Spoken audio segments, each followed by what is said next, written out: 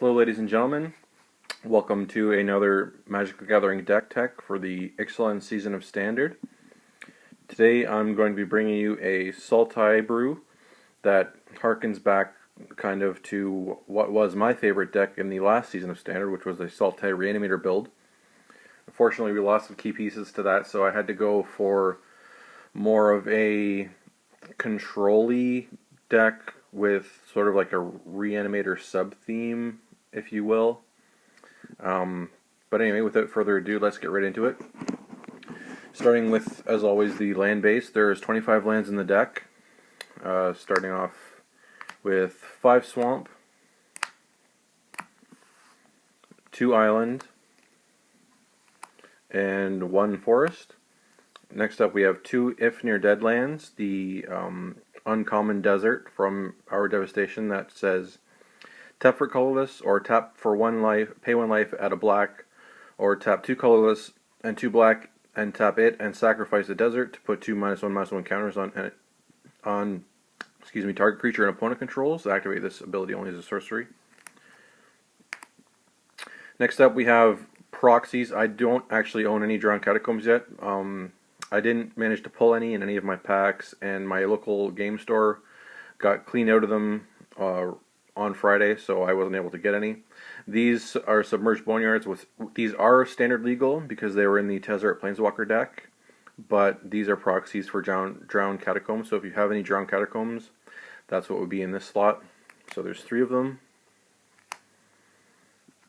Next up we have 2 Fetid Pools,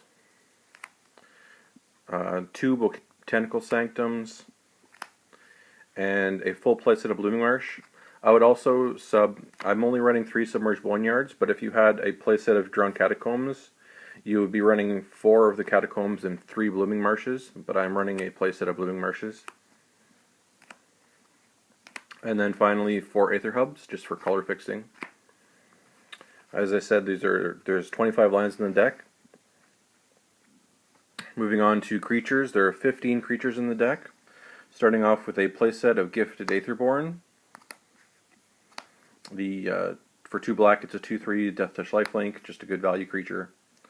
Next up, we have 2 Deathgorge Scavengers. Really good for graveyard hate, incremental life gain. It's a 2 of. I'm running 2 more on the sideboard. Next up, we have 3 Champion of Wits. Just a good card for card filtering. 1 Hostage Taker, which is the breakout card from this weekend. It's spiked pretty hard. I think it's up around $16 right now. It's a 2/3 for 2 colorless, a blue and a black. Creature Human Pirate. When it enters the battlefield, exile target artifact or creature until Hostage Taker leaves the battlefield. You may cast that card for as long as it remains exiled, and you may spend mana as though or mana of any color, any type, to cast that spell. This has been errated to say target another a creature. It says to target artifact or another creature, so that you can't target itself and create an infinite loop. So it has been errated, but it's a sweet card. Being able to not only remove one of their threats, but also be able to cast it potentially on the same turn or the next turn is just super good. I've playtested with this a couple of times yesterday, and it's as good as advertised. Trust me, guys. It's a really good card. You're going to want to pick these up. I don't know if they'll go down a little bit because they did just spike, but I can't see this card going below $10. It's just a really good card. Next up, we have 2 Gonti, Lord of Luxury. 2/3 Death Touch. When it enters the battlefield, you look at the top 4 cards of your opponent's library. Exile one of them face down, and you may cast that card anytime, and you could, for as long as that card remains exiled, you may look at it, you may cast it, and you may spend mana as though or any type. So similar in a way to Hostage Taker, only you're taking it off the top of the library as opposed to the battlefield. Hostage Taker and Gonti are kind of interchangeable in this deck. I only have 1 Hostage Taker, so I decided to run 2 Gonti. But if you have 2 Hostage Taker, you can run 2 of these and 1 Gonti. It's just they're fairly interchangeable. So yes, Gonti is a 2 of. Next up, Scarab God. Everybody knows him, Big Daddy. Eternalizes things, and a lot of people also underestimate the at the beginning of your upkeep ability, which your opponent loses X life, and you scry X, where X is the number of zombies you control. That ability is super strong, and of course the Eternalized ability is bonkers good. And when he dies, return him to your hand at the beginning of the next end step. He's just an amazing card. He's spiked recently too, but for good reason. He's ridiculously good. Next up, 2 Noxious Gearhulks, just a good value creature for reanimation targets. So yes, a total of 15 creatures in the deck. Moving on to non-creature spells, we have 2 Duress, a full play set of the Fatal Push, 2 Search for Azcanta, the new flip enchantment from Ixalan. This is a super good card. It's great for filtering your deck, because you get to basically scry on your upkeep.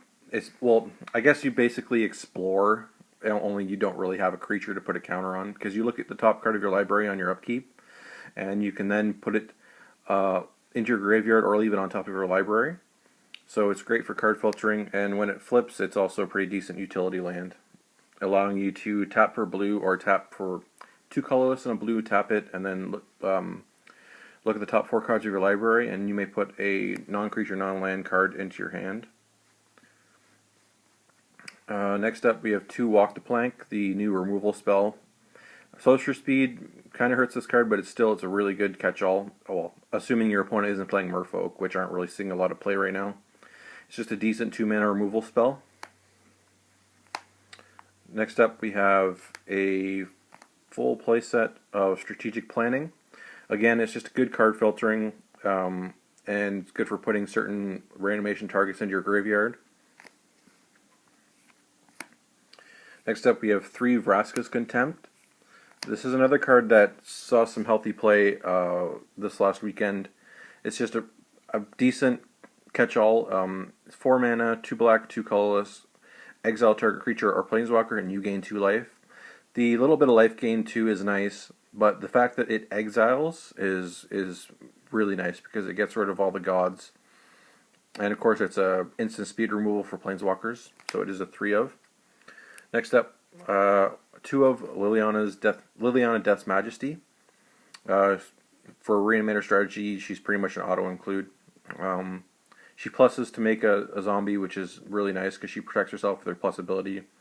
Her minus ability is reanimate, and her -7 can be pretty devastating to most strategies. And then finally we have a 1 of Vraska Relic Seeker. She's also a planeswalker that pluses to protect herself, which is nice. Her minus destroys pretty much anything except for other planeswalkers. And her -10 is almost always just instant win, because you're going to be having the 2/2 Menace Pirates on the battlefield, so it's just really hard to come back from that. So that's it for the main board.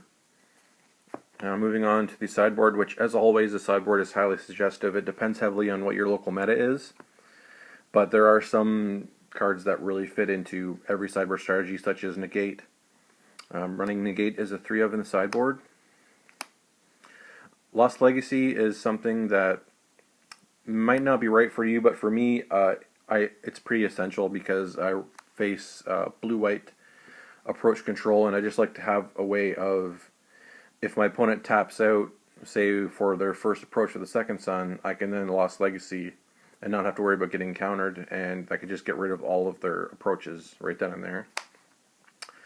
Next up, 2 Crook of Condemnation, just for any graveyard strategies. I have there's multiple people at my LGS that run graveyard strategies. The Godpharaoh's Gift. I have one person who runs the blue-black Godpharaoh's Gift that is really heavy on cycling. And I have a friend who runs the blue-white list that you may have seen. It's more of a higher tier list that you'll see more often. So I run a lot of graveyard hate in my sideboard. I have 2 Crook of Condemnations, 2 Deadeye Trackers that I don't know if some of you might not be familiar with this card. It's for 1 black, it's a 1/1, and you can tap 1 colorless and 1 black, and tap it and exile 2 cards from an opponent's graveyard, and Deadeye Tracker explores. This card is amazing against the God Pharaoh gift decks. This card single-handedly, the first time I played it against the God Pharaoh's gift deck, I explored at least 9 times and I wiped out their entire graveyard. I think I had 6 or 7 counters on him by the end of the game. For a 1-drop against those strategies, this card is amazing. I can't overstate that. He's just super good. So he's a 2-of in my sideboard. And then finally, for the graveyard hate, I have 2 more Deathgorge Scavengers to complete my playset. And then another Duress, just a little bit more hand disruption for the control-y matchups, or a mid-range mirror. And then finally, 3 Yaheeni's Expertise for the aggressive go-white strategies, such as mono red, or some people, I have one person on my local meta that is still running zombies, so it's just good in that, good against the aggressive go-white strategies. And that is it for the sideboard. Feel free to comment below anything that you liked about the deck, or anything that you might have done differently. I did consider a few different changes, but really it all came down to remaining loyal to not only having a control-y deck, but I also wanted to still have that reanimation theme, because I really like reanimation. It's one of my favorite themes in Magic. So yeah, thank you very much for watching. Please like this video if you liked what you saw, and thank you very much for watching, and I'll speak with you again real soon.